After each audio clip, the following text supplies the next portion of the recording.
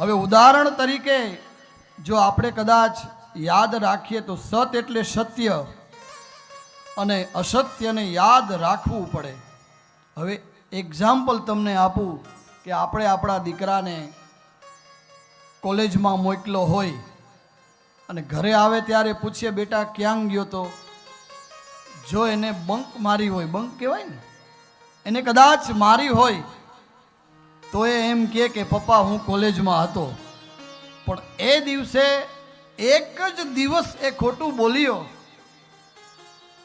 તો એને મારી સાથે લાઈફ ટાઈમ ખોટું બોલવું પડે, અથવા તો જ્યાં સુધી એ પકડાય નહીં ત્યાં સુધી. સમજાણું ન સમજાણું? તો એને ક્યાં સુધી યાદ રાખવું પડે? કાયમ માટે, અથવા તો એ પકડાય નહીં ત્યાં સુધી. એટલે સત્ય સ્વરૂપ છે એ પરમાત્મા છે અને સચ્ચિદાનંદ. સૌથી પહેલું સત. અને આ ભાગવતજીનું મહાત્મ્ય છે ને, એ આપણે ભાગવતજીનો પરિચય કરાવે છે. વ્યાસપીઠ પર હું આવું એ પેલા પરિચય કરાવે ને, શાસ્ત્રીજી પધારી રહ્યા છે, બરાબર ને, એ પરિચય કરાવે છે.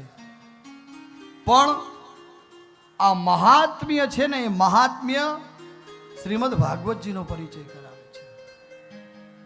કેમ? કોઈ પણ વ્યક્તિ પોતાના વખાણ પોતાના મુખે કરે ખરા? ન કરે. એટલે સૌથી પહેલું સત, સત્ય સ્વરૂપ. એટલે તો આપણે ઘણી વખત નથી કહેતા ઊંડા અંધારેથી પ્રભુ પરમ સત્ય.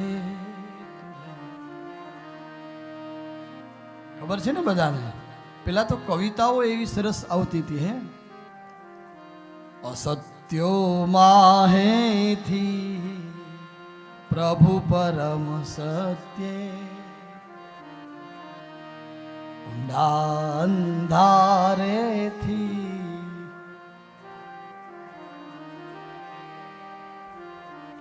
હે તેજસ્વીવાન, હે તેજ વાળા, તેજ આપી જા મને, તેજ આપી જા.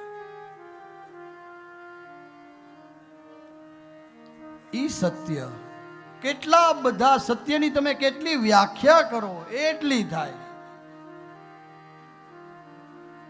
અને નાનપણમાં જે ભણેલું હોય ને સારું ધ્યાન આપીને એ યાદ રહે હો.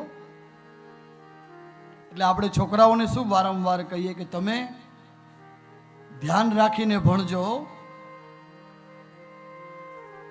કેમ કે એક વખત સમય વીતી ગયો, એ સમય પાછો નથી આવતો. એ બાળપણ પાછું આવતું નથી. પછી તો દિવસે દિવસે વૃદ્ધાવસ્થા, યુવાનીમાંથી વૃદ્ધાવસ્થા. એ સૌથી પહેલા એ બાળક છે ત્યાં સુધી તો કાંઈ ચિંતા નથી. પહેલા તો આપણે 5મા ધોરણમાં આવતા ત્યારે પહેલી વખત પહેલે દિવસે સ્કૂલમાં જતા, આખું ગામ મૂકવા આવતું. આખું ગામ જોવે, રડી રડી રડીને જઈએ. એમાં મારો નંબરે લાગે. એમાં લાગે ને? કેમ ન લાગે? તો આખું ગામ આપણે મૂકવા આવે ત્યારે આપણે આખા અઠવાડિયામાંથી એક દિવસ ફક્ત જઈએ. પણ આપણે જોયું પછી આપણે શું કહીએ આપણા સંતાનોને કે તમે ધ્યાન રાખજો હો. અઠવાડિયામાં 2 વખત આપણે એમ કહીએ તમે ધ્યાન રાખજો. કેમ? ગઈ પલ પાછી ન આવે, ગઈ પલ પાછી ન આવે, કર મન બંદગી આપણ જાવે રે, કર મન. ગય પલ ભેર નહીં આવે રે, કરી લે ને બંદગી આપ પલ જાવે રે કરી લે નહીં पल भर की खबर नहीं करे कल की बात जीव ऊपर झीमड़ा फिरे जेम तीतर ऊपर बाज આપણે એમ કે આપણે ઘણું બધું જીવવાનું છે ઘણું બધું જીવવાનું છે ઘણું બધું જીવવાનું. એટલે જે અત્યારે આ સમય મળ્યો છે ને વ્રજભૂમિમાં તમે આવ્યા છો ને એનો એક એક ક્ષણ માણજો હો માણજો. બહુ જવાબદારી પૂર્વક કહું છું એક એક ક્ષણ. કેમ 23 તારીખે પાછી ટિકિટ છે યાદ રાખજો બરાબર ને. પછી આપણે એમાંથી 23 માંથી 31 નહીં થાય એટલે બધાએ યાદ રાખી એક એક પળને માણજો ખરા કે ઈશ્વરે પરમાત્માએ બાકે બિહારી લાલે કૃષ્ણએ મારા દ્વારકાધીશે તમને ને મને હું એમાં સાથે જ છું ને 7 દિવસ બધાને મોકો આપ્યો છે વ્રજમાં. અને આપણે જ્યારે મુંબઈમાં હોય ત્યારે પાછું શું કહેતા હોય કે મને કનૈયાના કાગળ આવે રે વ્રજ મને કોણ લઈ જાય. કનૈયાના કાગળ આવે રે વ્રજ મને કોણ લઈ જાય.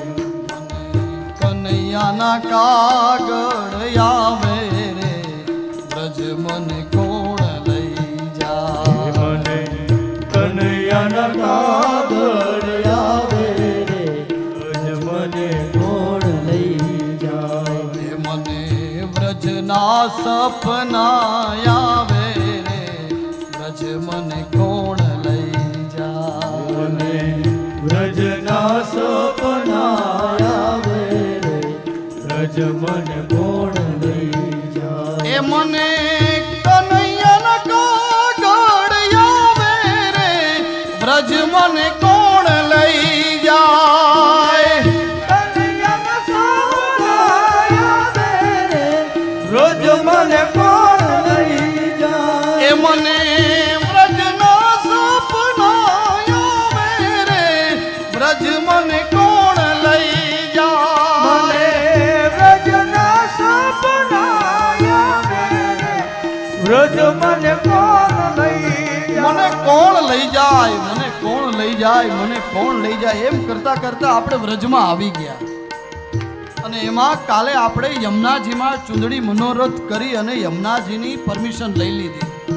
કેમ એ વ્રજમાં આવવું હોય તો પેલા યમુનાજીને